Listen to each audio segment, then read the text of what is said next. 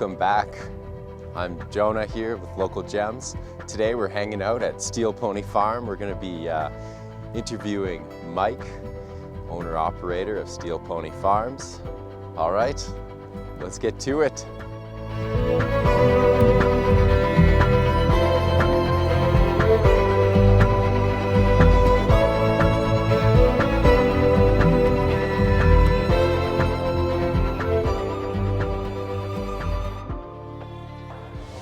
Yeah, go for it. So anyways, I'm entertained. So. I just got to thinking about like how, okay, so increasingly soil scientists and just like agricultural scientists in general are figuring out that like everything we need is in the soil. It's like already there, and it's all there used to be this idea years ago that it was like you had to chemically fix the soil. You had to like make sure all of your levels were like perfect in order to grow good crops. But there seems to be a growing consensus that what's more important than the physical aspects of the soil are the biological aspects of the soil, meaning having a diverse microbiome. So then I was thinking about that. I'm like, okay, so bacteria and fungus and protozoa and all these things. I was like, well, how old are these creatures? And so they're billions of years old. And so then I was like, okay, well, billions of years doesn't really mean anything to me.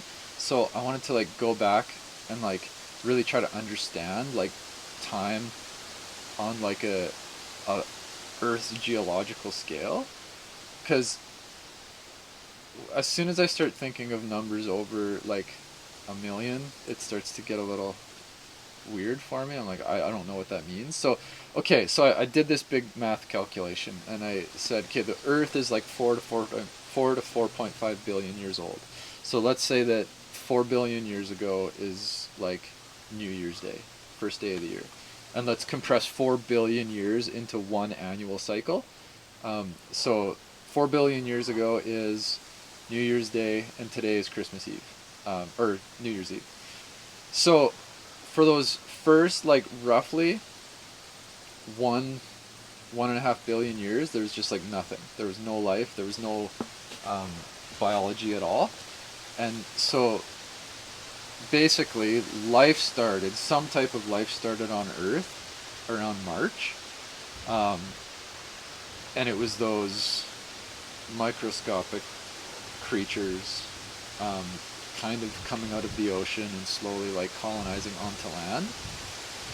And then over the course of about like the next 1 to 1.5 billion years, they slowly terraformed Earth to make it ready for plants. And then plants developed like in November. It's like almost the end of the year, right? Mm-hmm. Like about a billion or a billion and a half years ago. And then dinosaurs didn't show up until around the middle of December. And then dinosaurs went extinct just after Christmas, like basically Boxing Day. Yeah, and then it was like a big chunk of time relative to how long humans have been around, because humans, it was like 11:20 a.m. on New Year's Eve that humans showed up. And then humans in our like current configuration and coming into like North America, it was like 1 second to midnight. So all of the agriculture we're doing right now is based on like that, right? Like in a geological time scale. Mm-hmm. But like a prairie pasture has been around for like billions of years. And the biology supporting that has been around for billions of years. And so I just think about like, man, like we think we're really smart and we've done some pretty great advances as humans. But in the same breath, it's like there's so much hubris to think that we like actually can do better than nature. And I feel like that's what we're like butting up against, is this thing where it's like, no, we can like use these chemicals and we can do a better job. And it's like, you can do use those chemicals, and you can do a reasonable job in some cases, and even a pretty good job in some cases. But it's like, this is based on like 50 years of research, and we're Yeah. talking and we're talking about 4 billion years of evolution of life on Earth, right? Mm-hmm. So I'm like, man, it's just such a bad narrative to think that we can solve this with a technical fix, because we're not even infants on Earth. Yeah. We've We're been here pre for no time. Yeah, no time at all. And so I think for me it creates this like sacredness in the soil where, like, man, it's, I don't know, it's like everything that we rely on, every little piece of evolution that has led to humans being here is because of the biology in the soil. And so right now, if our current agriculture model is largely about disrupting that life in the soil, we're really shooting ourselves in the foot, right? And it's like, we can do it for 50 years, maybe we could do it for 100 years, but eventually we're going to get to this point where we're so divorced and removed from this natural life cycle and these like water cycles and carbon cycles and all of this, that we're just going to create so many troubles. And I think we can see it's like right now, overall in the world, people are less healthy than they've ever been. It's like we have a longer life expectancy, but heart disease is up, cancer's up, diabetes is up, um, reproductive rates are going down. And there's a lot of scientists and a lot of doctors who are like starting to point towards the soil and say it's because the food we're eating is so devoid of nutrition. Mm. So for me, it's like all of this is just an argument to support your local farmer, right? Yeah. And we don't have all the answers because we're still infants on the earth, right? It's like, but we're doing our best to figure out solutions, and that's how I feel. It's like, I don't feel like I'm this like great regenerative farmer, but I feel like I have the passion to figure it out. Yeah. And it's going to take me quite a while, I'm sure, to get to the point. And maybe I'll probably never be at the point where I'm like, yeah, I'm just knocking it out of the park. But I know that I'm making more of a concerted effort than, for example, like the neighbor over there who sprays 2 or 3 different times a year, and it's like it drifts over here, and I smell it, and it like starts choking up the back of my throat, and we have to put our kids inside for the day. Yeah. It's like, it's not about Where's like doing the benefit from that? yeah, Right? it's not about that I'm like doing better than him, like from an ego point of view, but it's like I just want a chance to work on solving this problem. And there's no, as much as like regenerative agriculture is being touted as this like really great thing, there's not a huge precedent in in vegetable production to do it, because Yeah. it's harder, like by its very nature, we have to do a ton of like soil cultivation because we want our plants to outcompete all the weeds around them. Mm-hmm. And every climate's different, and every like local scenario is different, and it's really hard to do it and to do it right without like a clear how to. And there's lots of books about it and YouTube videos, but it's like you have to go back and like look at the resources that you have available and figure out how you can do it. Mm-hmm. Versus like cattle production is actually can be so regenerative so easily, because the bison and the grass co-evolved in the prairies, Yeah. to be this like amazing carbon sequestering, like, I don't know, union between the two of them. And like the bison and the grasslands basically are almost the same organism because they completely rely on each other. Yeah, that's true. That's kind of like mind blowing to think about. Yeah. And over the course of like millions of years, they developed this really great system to just be like constantly just like pounding carbon into the soil. And that's why in like the prairies, when white people first arrived here, there's like grasses where like they would like tie them over top of horses' saddles. Like it was like that tall. And I think I remember hearing that they had like 35% organic matter in their soil. And now in a lot of places it's like 0.5%. Yeah. So What's the best way you think that we'll be able to go back to that? Do you think we'll ever see more farms like yours in going backwards? Not, I guess, yeah, it technically would be going backwards, but also moving forwards at the same time. I think we need to like really be questioning a lot of the narratives we hear through the media. Yeah. Because I mean, I know a lot about soil, and I know a lot about agriculture, and I have a lot to learn. But I know for sure that like a well-managed cattle herd by a rancher who's really intentional about the way that he or she is managing land, um, is way better for the environment than fake meat made in some factory somewhere that is based on genetically modified crops as like the the base substance that they're making those out of. You Yeah, know, yeah. like Beyond Meat, for example, right? Like it's like, okay, you're not killing animals to get it, but you're You're still disrupting, like, they have a lot of different plants that they use in that yeah. isn't as good for the soil. And most of those plants, all of those plants would have come from a monoculture. It would have been in like probably possibly a high tillage, but like definitely like a high chemical system. So I think like, but the news would just keep telling you over and over. They're like, I just saw this thing that like some senator in the U.S. said that we should be eating like maximum 14 grams of meat a day, just like a tablespoon. And it's like, okay, if it's conventionally produced meat, that makes sense because there's a lot of bad things about that. But if you can find a rancher, like some of the ranchers right in this neighborhood who are like really doing a good job, their land is full of bees, birds, um, trees, foxes, coyotes, badgers, gophers, deer. Like there's this like whole like massive community, Yeah, all these different insects, versus like across the road where it's a monocrop. It's just a monocrop. There's just like wheat. There's just canola, yeah. and there's no insects. There's hardly any animals. Dirt probably looks dead. Yeah. So it's like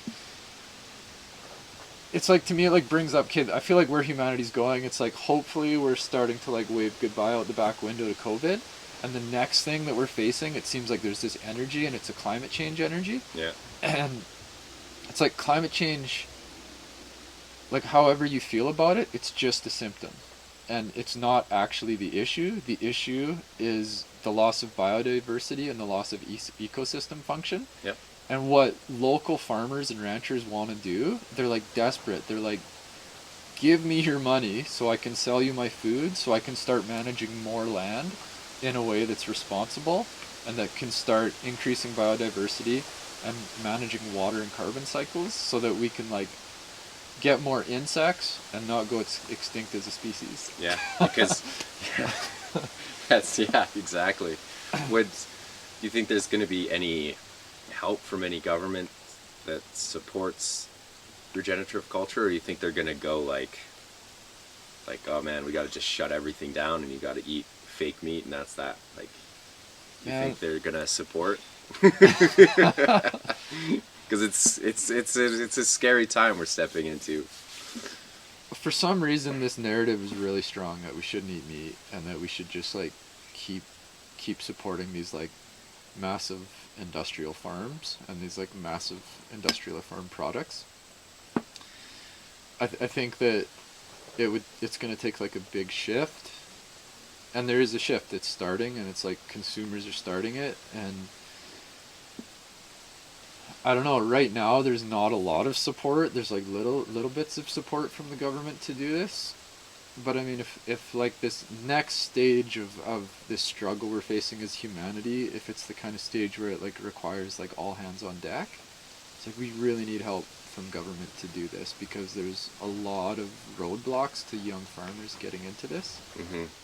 So on my good days, I'm hopeful, and I like feel a lot of energy building and have like a network and a community of people who are really into this. And on my bad days, it's just desolate. It's like, man, it's just like anytime you turn on any media, like there's no good mainstream media that really ever talks about Getting how out, supporting your yeah, how local agriculture can really be like a huge lever that we can pull as humanity yeah. to make a difference in climate change and biodiversity destruction. Yeah, that's what I want to talk. Like, that's why I wanted to sit down, was Right. to bring it to the people's attention. Like, at least try. Be like, Right. this is like the best alternative. Like, don't like, you know, because I don't know what they'll do. Like, I don't know what their idea of, what are they going to do? Mass produce vegetables? Like, it's not going so well right now with big, huge farms and stuff like that, right? So how long are they going to keep that up before they're like, okay, now you're just going to be allowed to eat fake vegetables and fake meat? Yeah, right? Who knows, right? I mean, there's a shift, right? Like, COVID was good for most small farmers because people started to think about food and where it's coming from and supply chains and that kind of thing. And so, I mean, my hope is that now that they're here, we can impress them enough and like have tasty enough carrots that they're like, you know what, just for the taste of these carrots or just for the quality of this hamburger, I want to stay with this local farmer as opposed to going back to the big box stores. Yep. Yeah, I mean, I just think, I'm guessing you can sense my passion about this. It's like, it's like a fire that I can't put out. Sometimes I want to, because it's like, man, it's like, it's hard. It's really, really hard. But this is what like all local farmers are like. All small scale local farmers, they want to feed people really healthy food, and they're just passionate about their animals, their plants, nature, connection back to like this most fundamental thing in humanity, which is that we're wild and that we're a part and parcel of this, and we're not greater than it. We're not anyhow better. Yeah. We got to solve the problem. Yeah. Yeah. And you guys, like, I mean, yeah, it's just the more I got into this, because I only started like really going, like, grew up on a farm and stuff, and I didn't see the importance until this past couple of years. Like, just before COVID, I was starting to kind of get into, you know, buying local and buying fresher produce from you guys, and, you know, and other farmers, and then it just was like, holy crap, like, it's, if we want to do something and still keep farms alive and still keep these things, this is the route. And that's the biggest thing for me, is keeping the farms alive, because it's such a big, it goes back to community, I think. Like, it's just such a hand in hand. Yeah. Not to create diversity, that's the hardest part, is some people have it in their ways that should be this way, but you know? It just feels good, right? It feels right. It feels good to cook a meal and to like spend time with your girlfriend or with your kids, your wife, or whatever, like just in the kitchen, just like. And we picked yesterday. We did, what did we do?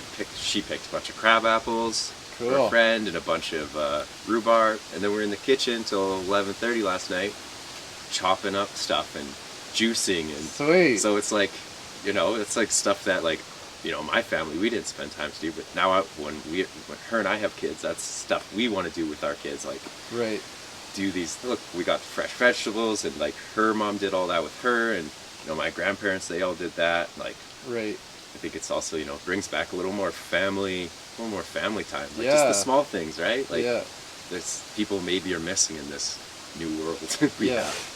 I don't know. Yeah, I mean, it's not probably, like, for both of us, it's not too far in our like in our family ancestry that like grandma and grandpa were like canning and preserving and like growing their own food and all of this stuff, and I mean, there's no reason that we shouldn't be doing that. There's every reason we should be doing that, you know? I say if you got 2 days off a week, that's plenty of time to do like something, right? Like something like that, you know, set yourself up for the winter, so you can be canning all the vegetables you get from your local farms or whatever. Yeah. Because you got time. Yeah, totally. It's funny, I mean, this is kind of like off topic, I don't know, but like, I mean,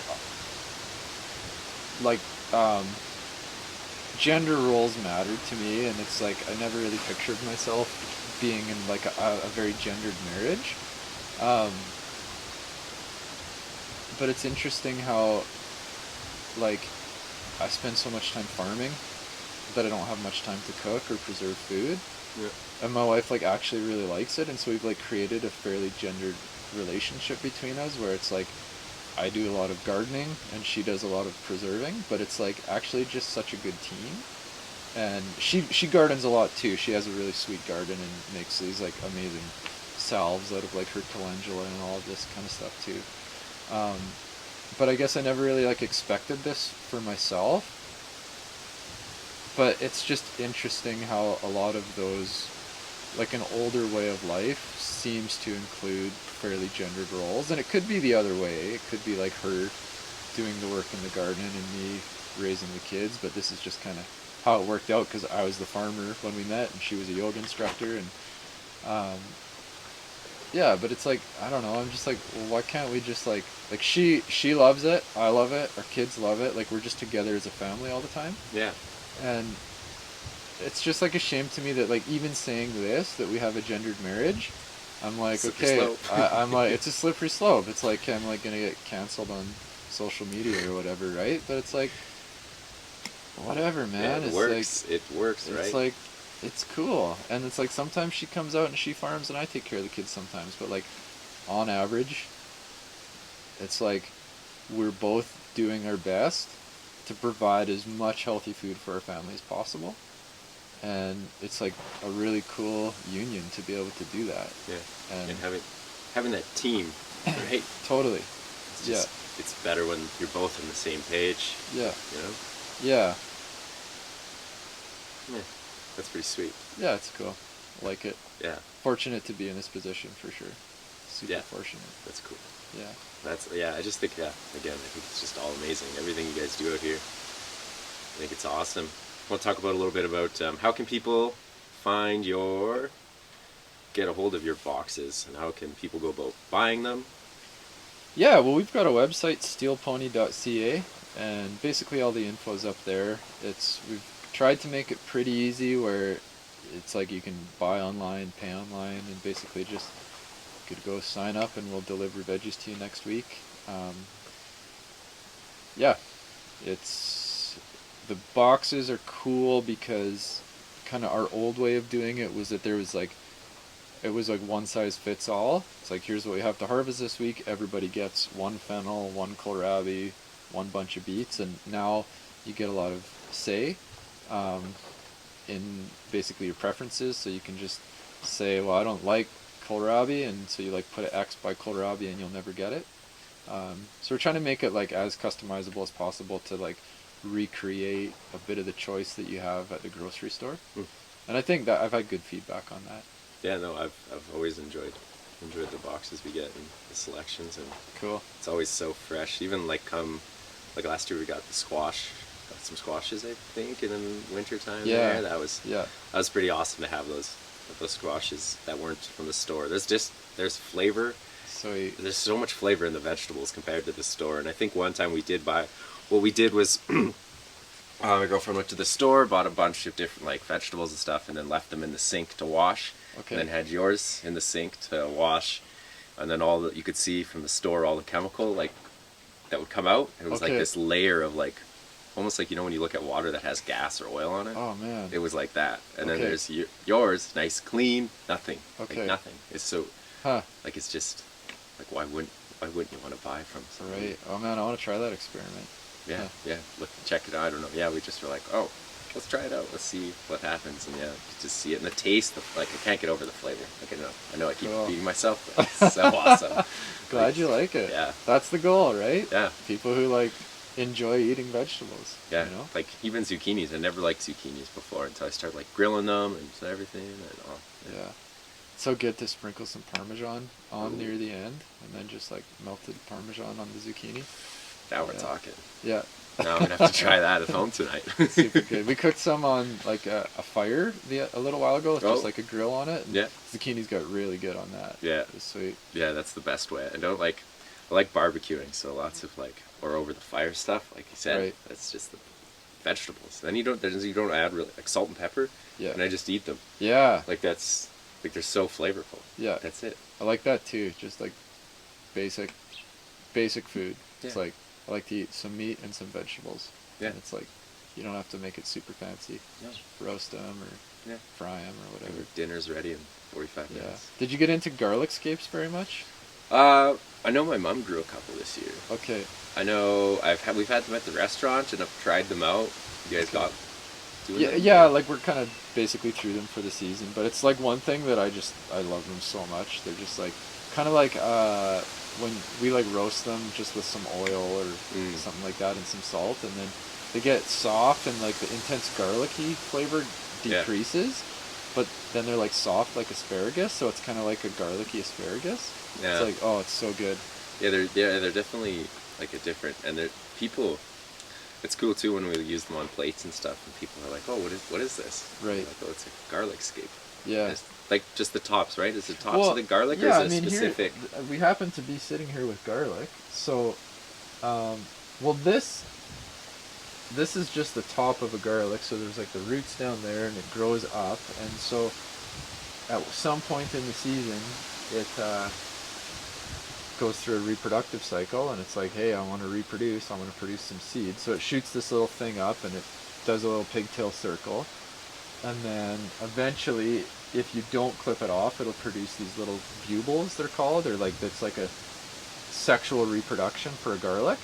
Whereas usually, like, we dry these garlics, we clip them off, we break the cloves up, then we just plant that, and so that's like technically that's a clone of this mother plant. But so yeah, if you break these garlic scapes off, the theory behind it is that instead of putting energy into producing these seeds, it redirects the energy back into the root, and you get bigger bulbs. Okay. Yeah. Interesting. So I don't know where all the garlic scapes go for like big commercial garlic production. Yeah. Because you don't ever see them in the grocery store. But I mean, most of the garlic you get from the grocery store is like, this is hard neck garlic, and then there's soft neck garlic, and soft neck doesn't produce scapes. Okay. And usually they grow soft neck in warmer climates, so I'm guessing because most of like commercial garlic is like imported from China. Yeah. It just doesn't have garlic scapes. Yeah. And scapes are more perishable too, so you wouldn't really probably send them over as much. But garlic scapes, they're so good. Yeah, there's the flavor of the garlic in general. Fantastic. Yeah. So how long does it take you guys for these to dry? We usually let these hang for like 3 to 4 weeks. Oh yeah. Yeah, and just have lots of air blowing through them, and then we replant them in kind of mid-October. Oh yeah. So you can just each, like, just a little. Is it a clove? Is this, Yeah. So this is a bulb, Yeah. right? Okay. I've always wanted to just make sure I get that right. Yeah, Nice. yeah. So then you replant just the clove. Yeah, we just break them Stick apart, them. and stick them down in the ground. Nice. Yeah. What do you find grows like best? Like what are your top like 5 things you find grow best out here? I know you guys have quite the variety of things. Yeah, we do. Yeah, so we grow about like just over 30 crops. Lots of things do pretty good. Like garlic grows really well for me here. Carrots grow pretty well. I really like growing broccoli. I really like. Yeah, I saw it out there. Yeah, I really like eating broccoli, I guess. And this year it's pretty good. There's a couple like weird things going on in it, but it's grown really well. I mean, zucchinis are always abundant. Yeah. What else grows really well? I guess in this central Alberta climate. Yeah, I mean, well, potatoes are great. Like all the Yeah. root crops are great, and they're safe because, I mean, with being in a bit of a hail belt, Yeah. I mean, it's not too bad right here, but like, you can get a bad hail and then still harvest your garlic, you know, Yeah. so, or your carrots or whatever. Yeah. But I struggle. Like, one thing I don't grow much of is like tomatoes or peppers or these like really heat-loving things. But I have been buying for my box from some farmers who I know and who do a good job producing those kind of crops. So I've been putting those in the box a little bit lately and just trying to like get more diversity. Basically, figure out I can't grow everything myself, and Yeah. so just support other farmers who do things I don't do. Yeah. That's pretty cool. It's good. It's a good way to do it. Yeah. Bring everybody together again. Yeah, I like it. My friend John at Eagle Creek Farm, like he grows a lot of potatoes. I don't know how much, but like acres and acres of potatoes. And I can grow potatoes, but it's like he's got all the equipment to do it efficiently, and like he's just good at it. Yeah. He knows it really well. So I quit growing potatoes and just buy potatoes from him now. Oh. What kind of potatoes does he grow? Man, he grows a lot of potatoes. Like he supplies seed potato for. I think he ships it all over Canada. Oh wow. And if he's got a catalog, and there's like, I don't know, 30 or 40 different types of potatoes that he grows, something like that. Cool. Yeah, yeah, Sweet. that's cool. Cool stuff. Yeah. And then your merch. So you got some merch. Yeah, now we just got new online. shirts. I'm really excited about. I don't know. It's just cool. I mean, when I like first started this, people were like, why do you want to be a farmer? Like, somebody was like, man, you want to be a farmer? That's stupid. And I was like, what? And I think farmers have maybe a bit of a bad rap, you know, for just being country bumpkins or whatever, right? Not really engaging with the city and not really, um, I don't know. I think a lot of the like stewardship work that farmers do goes unnoticed, and I just want a brand that people can recognize and be like, yeah, like I live in the city and I'm not like out in the country, but I'm connected to those people who are like working hard and doing their best for us eaters in the city. And so the logo on the or the image on the back says support your local farmer, and it's just important to me that it's not just like support Steel Pony Farm. It's like look up producers in your area who are growing good things and doing it responsibly, and just figure out how to support them. So it feels cool to have that merch out. I'm really excited. We have hats coming. Oh, and, yeah. I guess it's like a little spoiler, but I'm so stoked we made it. You know, like I love Alberta beef, like that thing. It's I love Alberta carrots, and it just looks like super super slick. And I'm like really excited to That's start. gonna be cool. Yeah. It's gonna be like the carrot, like a carrot, like drawing of a carrot. Yeah. Yeah. Yeah. Sweet. So I think those should be ready pretty quick, and I'm just excited to start rocking those. Yeah. Yeah. That's awesome. Yeah. Lots of knowledge, man. You got a lot of knowledge on you.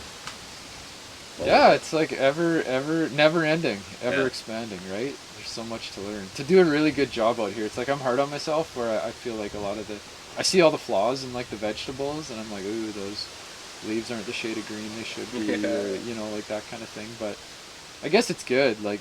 Yeah, no, definitely. I think Always maybe that'd striving. be good for. You think that some of the farming communities, they're like maybe lacking that knowledge in the sense that they don't understand how their systems work, like how their ecosystems work. Do you think maybe that's kind of maybe the problem why people still fertilize and still do all those things? Man, it's like it's so hard to transition from like a conventional system to an organic or regenerative system. And so if like grandpa and dad have been doing it for like 50 or 80 years, there's just a way of doing things that works. And so it's like I think it's really really hard to make these changes. And I think a lot of the times the changes, like it's you can't just like make a small change. Sometimes it's like changing a big thing. Yeah. And so I think it's really hard to know where to get started. And so it's probably easier to just not do it. And I think too, like there's still, I mean, I feel like I have to be a little bit careful because I have a tendency, I think, to isolate myself from like conventional agriculturalists. And it's like I don't actually have animosity towards them. I have animosity towards, basically it's like big agrochemical companies who make it really really hard to stop, for those farmers to stop doing what they're doing. And it's like just like everybody else, like most people I think are backed into a pretty hard spot where it's like you've got to feed your kids. Yeah, it's still a job, and Yeah, save for retirement. probably expensive to go that. Yeah. Right, to stop everything what they're doing and Yeah. take a turn. Totally. So it's like, yeah, then and there is a lot of knowledge too. It's like if you've been doing things the conventional way for generations, you really have to. There's a lot to learn to like do a good job the other way. And I mean, I couldn't advise a grain farmer how to turn to regenerative. I could like definitely connect them with the right resources to start learning about that transition, but it's hard work, right? Like think about some of these places are managing 4,000 or more acres of land, and so and you're taking big risks too. Like I don't know what those guys are grossing, but if you're saying, okay, like try this big change, you could potentially be jeopardizing like millions of dollars of revenue, right? And if you've got combine loans and Yeah, that's true. you're just totally, I think that's what I've heard, right? It's like farmers are so leveraged with debt Yeah. because the machines that we need are so big and so expensive that to It's take like a you get financial forced risk is into it. really, really hard. Yeah. Maybe on, drought years, like experiencing down south and stuff, would be maybe where you're not where you're not going to be getting as much out of your crops. Maybe those would be the years for them to start thinking of the change. Right. Maybe this is the time to change because I'm not going to make all that money now anyways. Yeah, I I mean, don't know. there's like a pretty famous rancher named Gabe Brown, rancher slash farmer, and I think he's in South Dakota or North Dakota maybe. Oh Have you yeah, heard I'm of him? listening to his book on Audible. Okay, Yeah, it's Dirt pretty to good. Soil. Yeah, Yeah, it I is like really that. good. But I mean, for him, he kind of stumbled into it through what did he Yeah. have, like 3 years of hail? Just 3 or 4 years of hail, and he had bought the farm from his girlfriend's parents, I Right, think. something like that. Something like that, and they worked in town, and he was taking over this farm, and it was just like he was having all these awful experiences. Yeah. Yeah. So I think that those like hail events that he had over and over, he like had big tall crops and then they got hailed on, so it was like he didn't mean to, but he was like cover cropping or green manuring, just Yeah. like growing up crops and then plowing them down into the soil. And so after doing that for a few years, the soil was like, wow, like we love this. We're getting fed for the first time in like maybe decades. And so that was like, excuse me, the beginning of his process. And it's like you almost have to like figure out a way to like pull out and like not take anything off that land for a year or two. Yeah. That's a huge risk, right? Because Yeah. you're like, how can you go without an income for a year? And I think his like benefit, right, was he had about 8,000 acres. Okay. And so he was able to like, okay, I can start doing it to this, but I'm gonna keep making money on this. Right. I think that's kind of Right.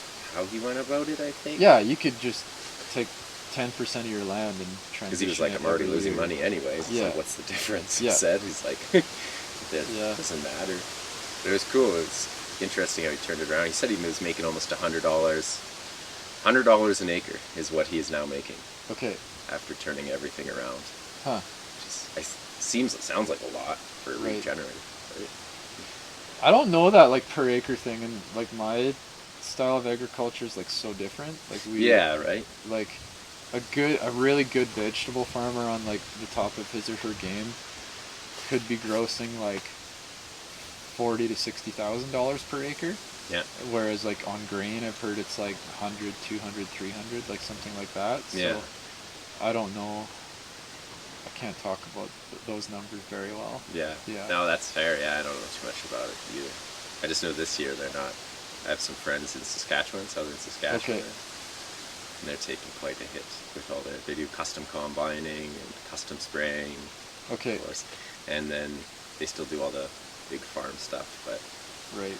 they're taking a big hit this year with drought and stuff. I think that's the other thing is like the path to resiliency is through regeneration, right? Because like for example, and I can't remember the exact numbers, but it's like something like every percentage point of organic matter that you have in your soil, your land absorbs something like 80,000 gallons more water. And so if you were at like in the old days level of organic matter, which was like 20 or 30% when the bison were running around, you've got like millions and millions and millions of more gallons of water that's just like sitting in your soil just waiting to grow plants. So in the case of a big drought, you're like not really having much of a problem. Yeah. Have you noticed that? Like, has it helped you in this year? Would you say? I think it's hard. Like, Or does it probably have to be like a pure organic? Like, hasn't been bothered for a while. I think like anytime those like the organic matter numbers are up, like just the carbon in the soil, it's gonna help. Yeah. I have a tough time like looking at my field and being like, oh, this part's in a better shape hydrologically because of organic matter. Like when I do soil testing, it's pretty general. I don't have it like for like a specific bed or two. So I don't really know how it's impacting me, but like for me the goal is just to always keep those numbers increasing. Yeah. So it helps, like for garlic, for example, like where we have that really thick layer of mulch, like we never watered our garlic, and like some of these bulbs are like huge, right? Like 3 inches big. So like things like mulching helps a lot. it's not feasible on a really, really big scale. But if you mulch this year, then in the next year, you're going to start to have higher organic matter levels in there. So, Yeah, yeah, makes sense. yeah, It's pretty sweet. Cool. yeah. Well, I don't know. I don't have much else. You filled me up with lots of information.